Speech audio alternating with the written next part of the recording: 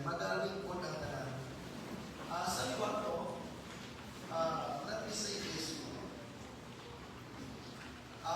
In chapter 1, una ko, describe the Apostle Paul, ang ating salvation is a result of the work of the Holy Trinity. And then last Sunday, we have talked about the need for spiritual enlightenment. In chapter 2, verse 1 to 10, sabat din ni Apostle Paul na kinanglan akong ma-enlighten.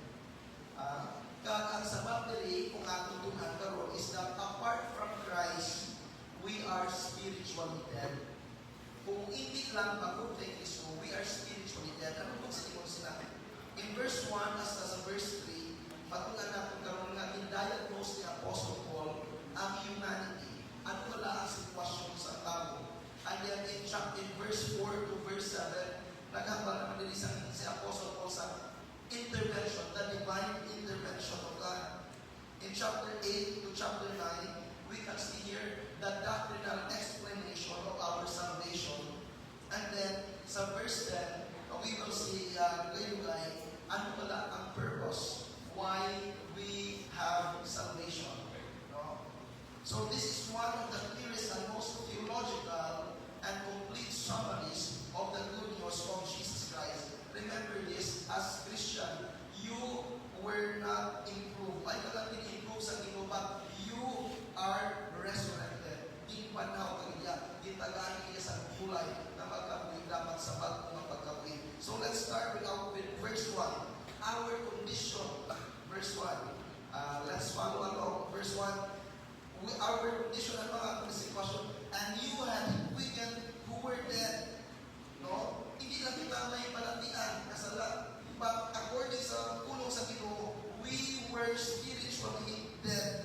Ang word din na dead is nagaling ang necros. No? Nagaling sa word ng necros. Dapat sa ating Apostle Paul, na tao ko muli sa kalibutan, and yet you are spiritually dead. There is no spiritual life. You have no ability to respond to God. You are completely separated from God, and there is no self-recovery. Kung sa inyo hindi mo hindi mapulong, ang mga ganito, let us be reminded na ang ating kaluwasan, hindi ka sa maayong buhay. It's not by our good works, because apart from Jesus, we are spiritually dead. No? Colossians chapter 2, verse 13. And you who were dead in your trespasses. Ano trespasses din? It emphasized our falling away from the right path. Nagtalang. No? Ang word is paratoma. Pala sa systematic theology na students na.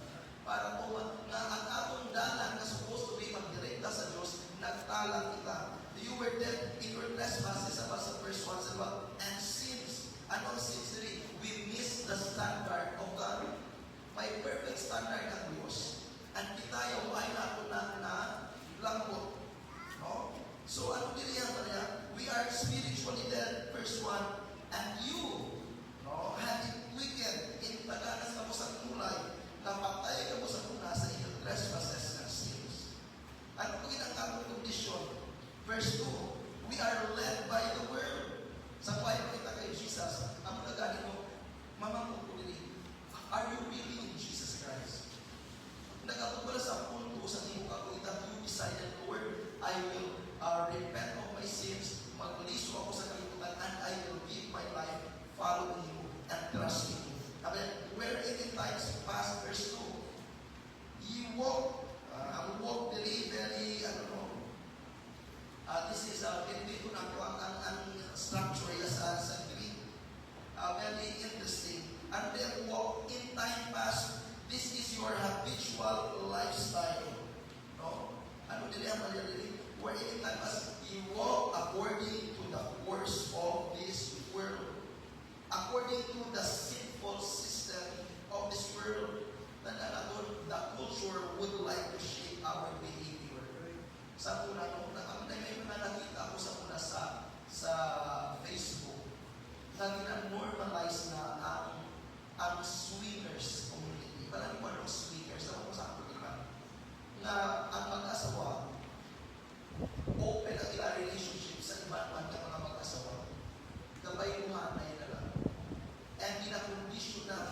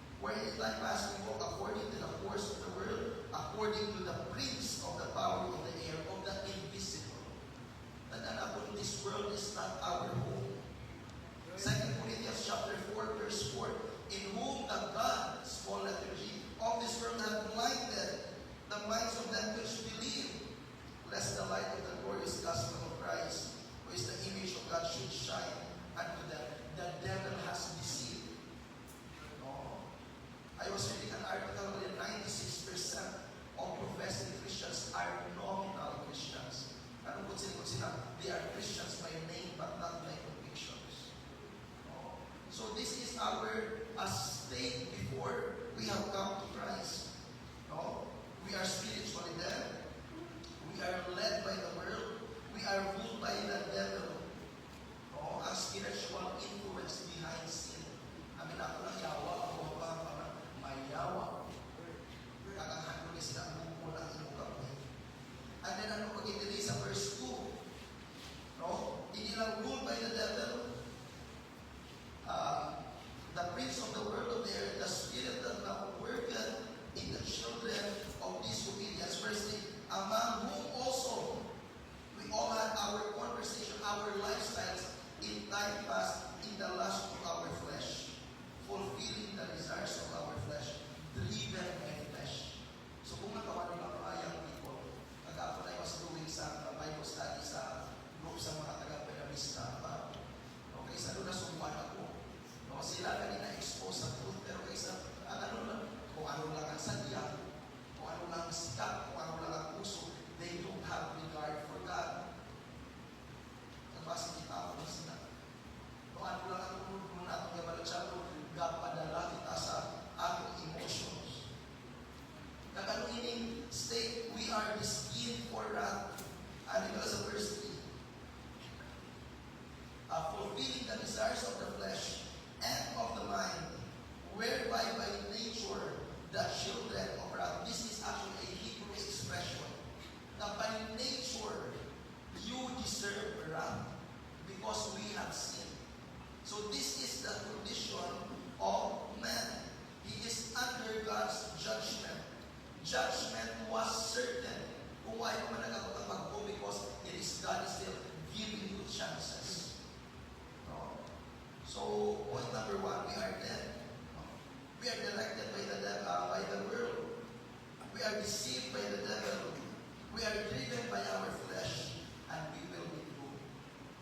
Number 2, in verse 4 to 7, pinaka namin dili ka verse. Ang muli nga akong stay ko din. Pasensya, ba't yun ba ako? I hope klaro pa. Okay, verse 4 to 7. God's intervention. Halinin namin din. This was our stay, pero pinaka namin din, but God. This is the greatest turning point of history. Nakita, kapatay, but God. God did something. Ano din? Who is rich in mercy. Ang mercy din yan, kung sa mercy kalukoy. There is judgment in verse 3 that is coming. We are deserving sa paghukom. Ang mercy din, God withholds His judgment. Kung saan pa tinikaptan sa iya kamutin kung kanya, kang iya paghukom, hindi anay magtupag. No? Because He is rich. Ang mga ginatawag ng mercy. But God is rich in mercy. Titus chapter 3 verse 5, not by works of righteousness. Hindi sa mga maalikuwat na itong ngayon mo, but according sa iya na kaluoy, He saved us by the washing of regeneration and the renewing of the Holy Ghost. Because God is merciful, Jesus gave His blood, His life, and the Holy Spirit has given us new life. Mercy held back the judgment of God. Sa 5, Ephesians chapter, so kita natin rin, but God, His intervention, verse by verse. Who is rich in mercy, for His great love. It is the love of God that initiated our salvation. Amen. Hindi mabuti maayo kita. No? Pag-ugma sa Diyos. Love moved God to act. Romans 5:8, but God commended, God showed His love toward us in that while we were yet sinners, si Kristo na nagpatay para sa atin.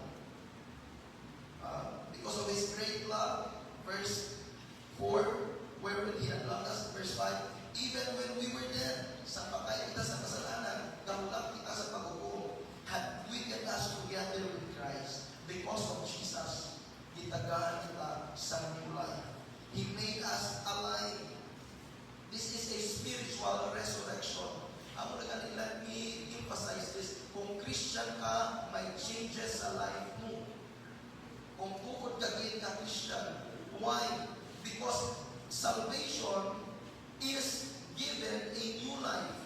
There is what we call regeneration. And what is regeneration? This is the giving of a divine life in you. I remember my teacher in the seminary before. If you are a Christian, in the heart of a Christian is that deep desire to glorify God. Ang mga sa, kung ikot-putol mo ang heart sa pagtutol ng Christian, He made us alive.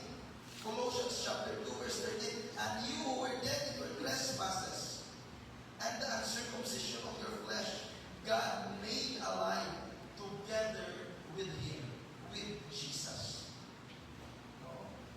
God made dead people alive. We are physically alive, but we were spiritually dead. But praise God, amen.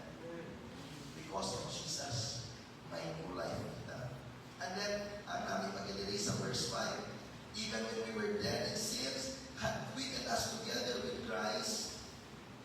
And verse 6, and had raised us up together. Wow, ano rin kung sinipon? Raise. This is a sharing of Christ's position. Bayaw kita, and make us sit together in heavenly places in Christ Jesus. So, automatically, once you are saved, ang position mo, hindi ka magpagtaas kay Jesus, but ang pumasa nyo sa inyo, in the sight of God, you are on the same level as Jesus. Can you imagine how great that news is, di ba?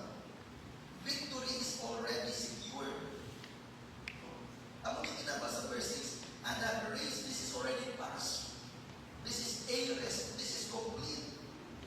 And raised us up together and made us sit. So kung sila mo biskan, diri ka pa sa duta, nag-undergo ka pa sa madamo ka kapulayan, God already has secured your victory. Amen. Why not? Hindi na maka-challenge sa iyo. Abali ka na magbaon, kung maintindihan na lang ang depth of the scripture. I remember a pastor said, we don't fight for victory, we fight from victory. Why kita nagpakingaway para magdaog? Nagpakingaway kita kay nagdaog na kita in Christ Jesus. One day, tanan na tuhod magaluhod, tanan na makapibig magatuan, tanan na katawan magasimba. And blessed will be you kung ang imo kabuhi alam kay Kristo Jesus. Amen. And raise that again, verse 6. And had raised us up together and made us sit together in heavenly places in Christ Jesus. Verse 7, that in the ages to come, no sa palaabukon, sa walay katutuban ng mga panahon, He might shew, mapakita sa Diyos, the exceeding riches of His grace in His kindness towards us through Jesus Christ. One day, all will be unfolded. Ang hindi matungkad na kaayo nga kamanggaran sa Diyos, ma-experiensyahan mo din. Amen. Ikano ka sa buo, padayo lang. Ano ka perspective ka lang. But no, this is biblical. No? The display of His grace, we will be receiving sa hindi matungkad na kagamahanan na manggad sa Diyos, and your life will be a trophy of His grace. Nakita na patay, nakita na manalisod, di pag-ipat niya ni Kristo kita guys ng bagong niya kapuhi, para one day, maging testimony kita that we are the recipient of the grace of God. When we say mercy, that is may pag-uuman ako, God stopped it. Hindi that is mercy. But when we say grace, that is ang blessing na hindi mo deserve. Diba na ako sa pamilya, people na entitled. Hindi mo na deserve, but still God gave it.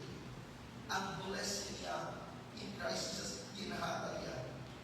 Mercy fell, love moved God, and life was given. Napatsaga na kaluwi ang Diyos. Nagbulag ang Diyos, inulag siya sa kuma, na naghatag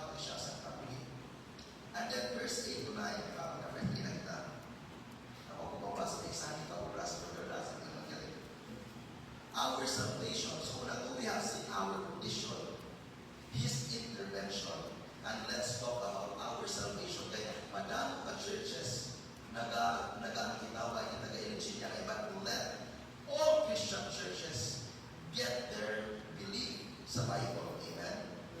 Verse 8, 9. For by grace are ye saved through faith. And grace is charis. This is not a reward, but this is a gift of God. Ang bugay sa Diyos, ang gift sa Diyos ang nagluwas ako. This undeserved, hindi nato deserve na pabor. Nagluwas ako. Haba sa Romans 3:23, for all have sinned, di ba kalata na nakasala, and then nakapsan sa himaya sa Diyos, Romans 3:24, and are justified by His grace as a gift. Kung ipakamatang magkitawan, we say the word justified, in-announce sa Diyos that you are righteous. Na ikaw na guilty, haba sa Diyos, hindi ka na guilty. Simulang nagahing mo sa akin, hindi guilty. It is Jesus who paid for our sin. Grace is getting what you don't deserve. Ang nakikinig kayo, kung tunaan mo ini, no? Ini sa verse 8. For by grace are ye saved. Ang word ini is, sa Greek is sesus menoi. This is a completed action with ongoing result. This is, anong consider? Complete na, nasluwas ka na. Pero ang iya resulta nagapadayon sa iya. For ye are saved by grace through faith. Anong consider? It is not on our effort, but it is on our dependence and trust in Christ Jesus. Remember this, Lord. Matakot na kita, kayo. Ang trust, hindi lang sa ulo. Ang trust is your heart's attitude towards Christ. Kadang sa nakakilala, makapulutan natin na kaliyon, I know Jesus, bala ko lang nagipantay siya sa cross, but did they really trusted in Him? Did they really, sa kaya pagsaling kay Kristo, magadala sa inyo sa pagkalikod sa kalibutan. Magadala sa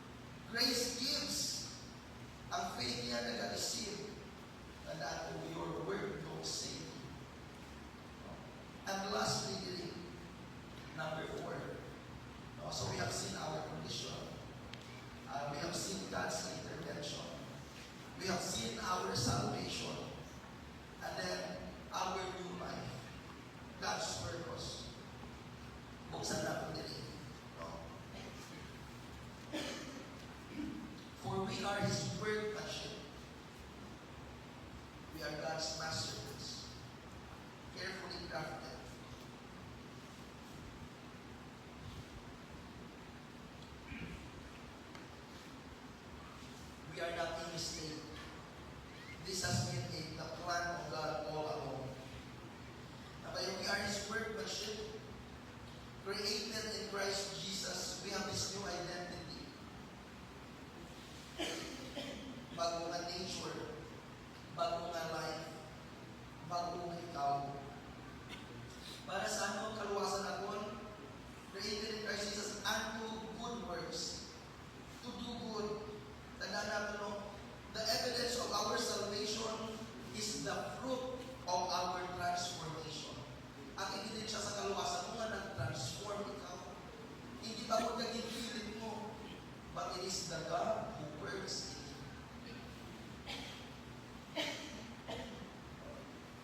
James 2:17. Brother Lars, anong pulong pa na ina-apulan natin? Dali na natin. Even so, faith, o kung ang pagtungaw ay buwag patay, anong buwag sa iyo sila?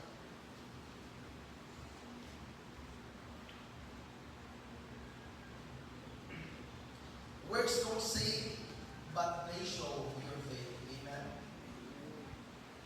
And then, ano pa ginapalili? Prepared by God. Created in Jesus Christ Jesus unto good works, which God had before ordained that we should walk in them.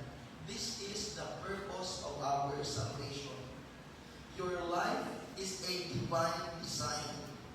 You are saved by grace, and you are shaped for a purpose. Hindi yung ikaw may tinutuyo ang Diyos, and that is to glorify God.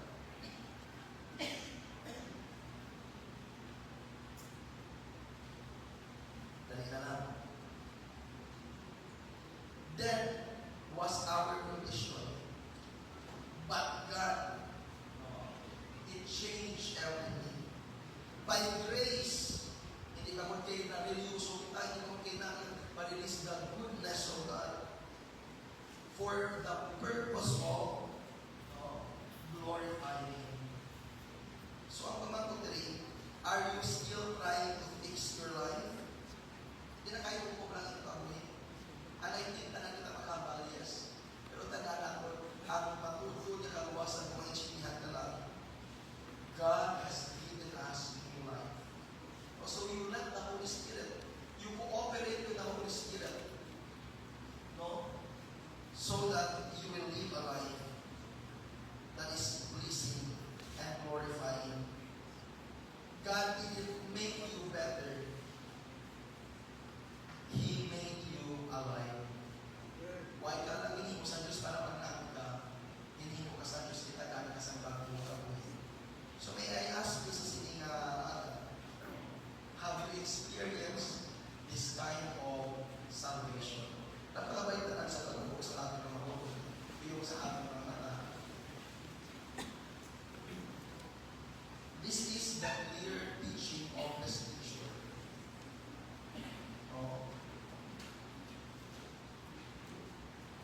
Kamusta kita when sa way of the Kristo? Patay kita. Why is the purpose of your life?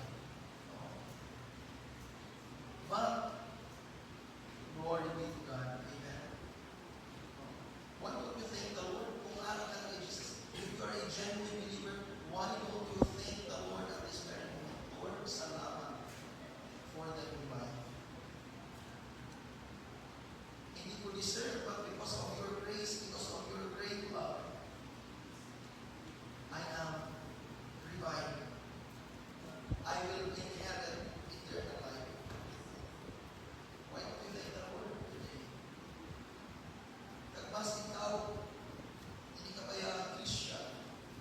Today, Christian is not just to know, but today, Christian is to put your faith in Christ Jesus. Last thing, hatag ka mo yun. Sukta siya, Lord, dahil namin, I will give my life, I will devote my life sa pagsunod sa iyo. And by your grace, you live out winning purpose. Ang purpose of following you, glorifying you, and serving you.